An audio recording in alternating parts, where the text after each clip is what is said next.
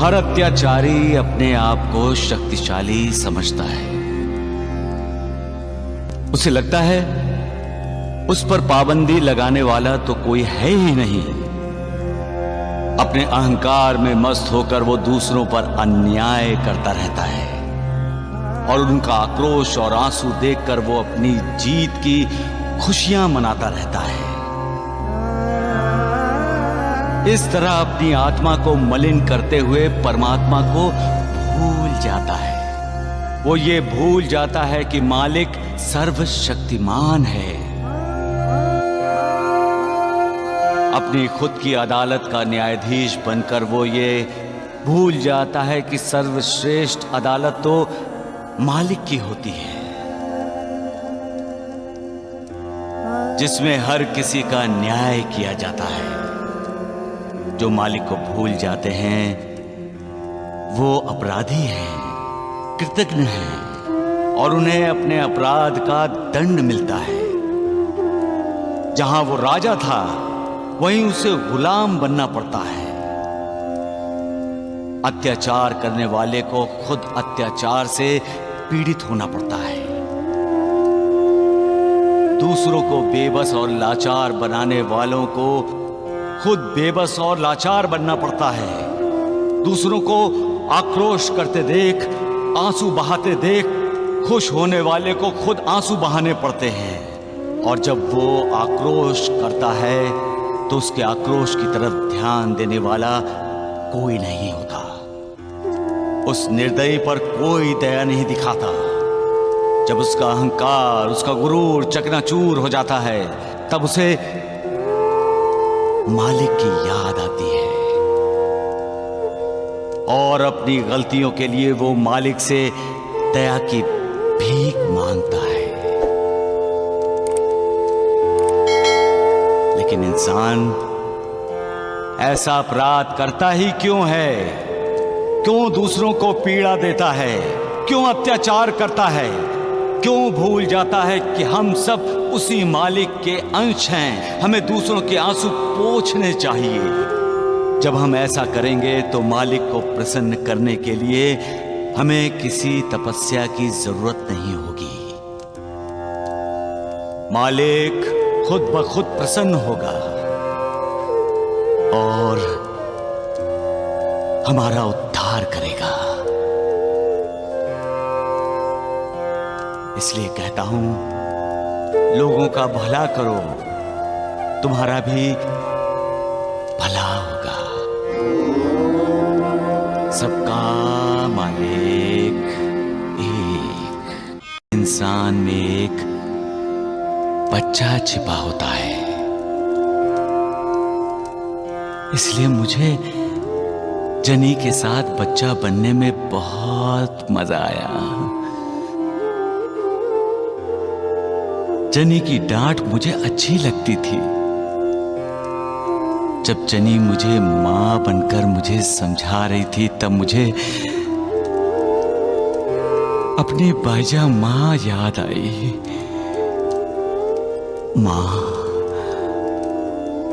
मां अपने बच्चों का कितना ख्याल रखती है। और ये जनी मुझे पागल समझकर मेरा पागलपन दूर करने के लिए ये जनी साईं बाबा से प्रार्थना करने वाली थी।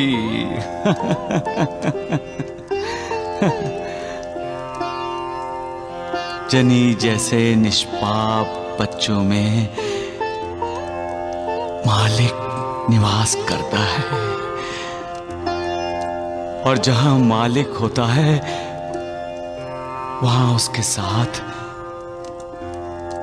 सुख, समाधान, ऐश्वर्य, संपदा, आरोग्य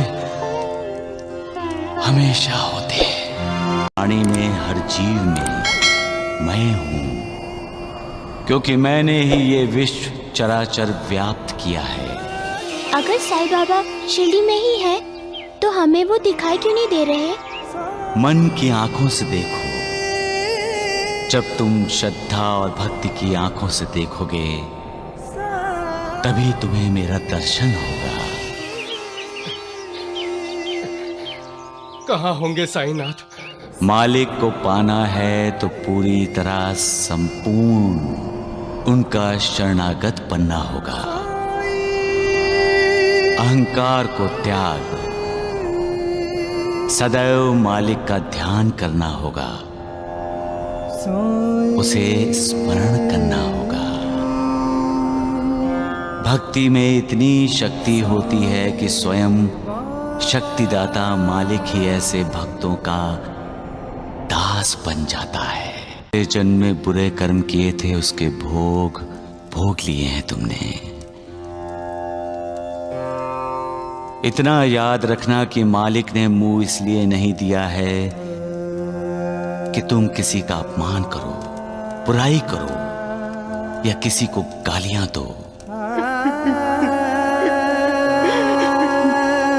हमें जो मुंह दिया है वो मालिक का गुणगान करने के लिए दिया है, मालिक का नाम स्मरण करने के लिए दिया है। ये जो आंखें दी हैं वो किसी को नफरत या क्रोध से देखने के लिए नहीं, बल्कि मालिक के दर्शन करने के लिए दी हैं। ये जो 2 हाथ दिए हैं वो किसी पर अत्याचार करने के लिए नहीं दिए हैं। हाथ जोड़कर मालिक की भक्ति करने के लिए दिए, उसे नमस्कार करने के लिए दिए। और पैर किसी को लात मारने के लिए नहीं, बल्कि मंदिर जाने के लिए, तीर्थ यात्रा पर जाने के लिए दिए हैं। गर्दन विनम्र होकर झुकाने के लिए दिया है, ना कि अहंकार से सिर उठाने के लिए। 2 कान से हमें मालिक का नाम सुनना है, बुरी बातें नहीं, समझे? ए जनी तो दादोबा का सारा दुख, सारी तकलीफें अपने ऊपर लेने को तैयार है। बेबस और लाचार लोगों के मददगार बनो दादोबा।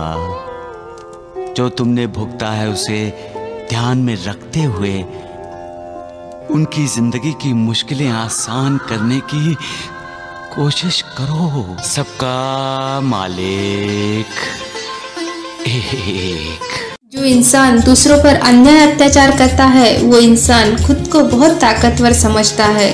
वो अपने अहंकार में इतना डूब जाता है कि उससे लगता है उसे देखने वाला और उसे रोकने वाला कोई भी नहीं है। वो खुद को भगवान मानता है। वो सब पर बस अपनी हुकूमत चलाना चाहता है। जब किसी गरीब, लाचार, असहाय इंसान को दुख देकर उसकी आंखों में आंसू लाता है, तब उसमें वो अपनी जीत समझता है। ऐसे ही वो खुद की आत्मा को खुश कर परमात्मा को भूल जाता है। वो ये भी भूल जाता है कि भगवान सबसे अधिक शक्तिमान है। हम यहाँ की अदालत से तो बच सकते हैं, लेकिन भगवान की अदालत से हमें कोई नहीं बचा सकता। वहाँ हर किसी का न्याय बराबर होता है। वहाँ हमारे सारे किए गए अपराधों की सजा हमें जरूर मिलती है, क्योंकि हम सबसे छुप तो सकते हैं, लेकिन भगवान से कुछ भी नहीं छुप सकता। अब जब आप किसी पर अत्याचार करोगे, किसी के बेबसी और लाचारी का उठाओगे, किसी के आंखों में आंसू लाओगे और किसी को दुख देकर आप खुश होगे, तो आपके जीवन में भी बहुत दुख आएंगे। जब आप पूरे बर्बाद हो जाओगे, तब आपको सहारा देने वाला कोई नहीं आएगा, तब कोई भी आपकी मदद नहीं करेगा। तब आप मदद की कितनी भी भीख मांगो, लेकिन फिर भी कोई मदद नहीं करेगा। इसलिए सबके साथ अच्छा व्यवहार रखो। जो दुख में है उसके आंसू पोंछना सीखो। आपके साथ भी फिर आपके भी जीवन में सुख आएगा। इसलिए हमें कभी भी भगवान को भूलना नहीं चाहिए।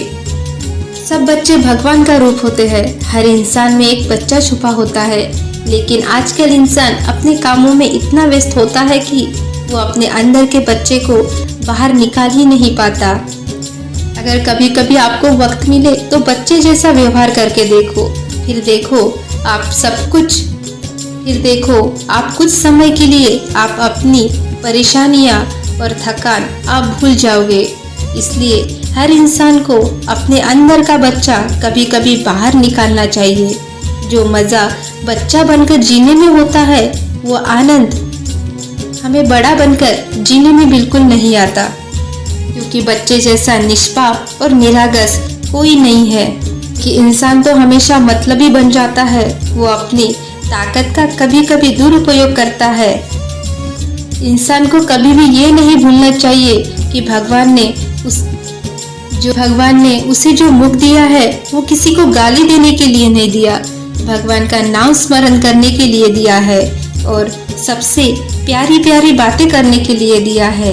भगवान ने किसी को पैर दिए हैं तो लात मारने के लिए नहीं दिए, चलकर भगवान के दर्शन के लिए मंदिर जाने के लिए दिए हैं। इंसान को हाथ किसी को मारने के लिए नहीं दिए हैं, बल्कि विनम्र होकर भगवान के सामने या किसी बड़े के सामने हाथ जोड़कर उन्हें प्रणाम करने के लिए दिए हैं। इसलिए कभी भी इंसान को अपने गुणों पर घमंड नहीं होना चाहिए। भगवान ने जो कुछ भी दिया है उसका सदुपयोग करो, दुरुपयोग नहीं। उम्मीद करते हैं कि आपको हमारा वीडियो पसंद आया हो, तो चैनल को लाइक, शेयर और सब्सक्राइब करें और कमेंट बॉक्स में ओम साईं राम जरूर लिखें। वीडियो को अंत तक सुनने के लिए धन्यवाद। आपका दिन शुभ हो।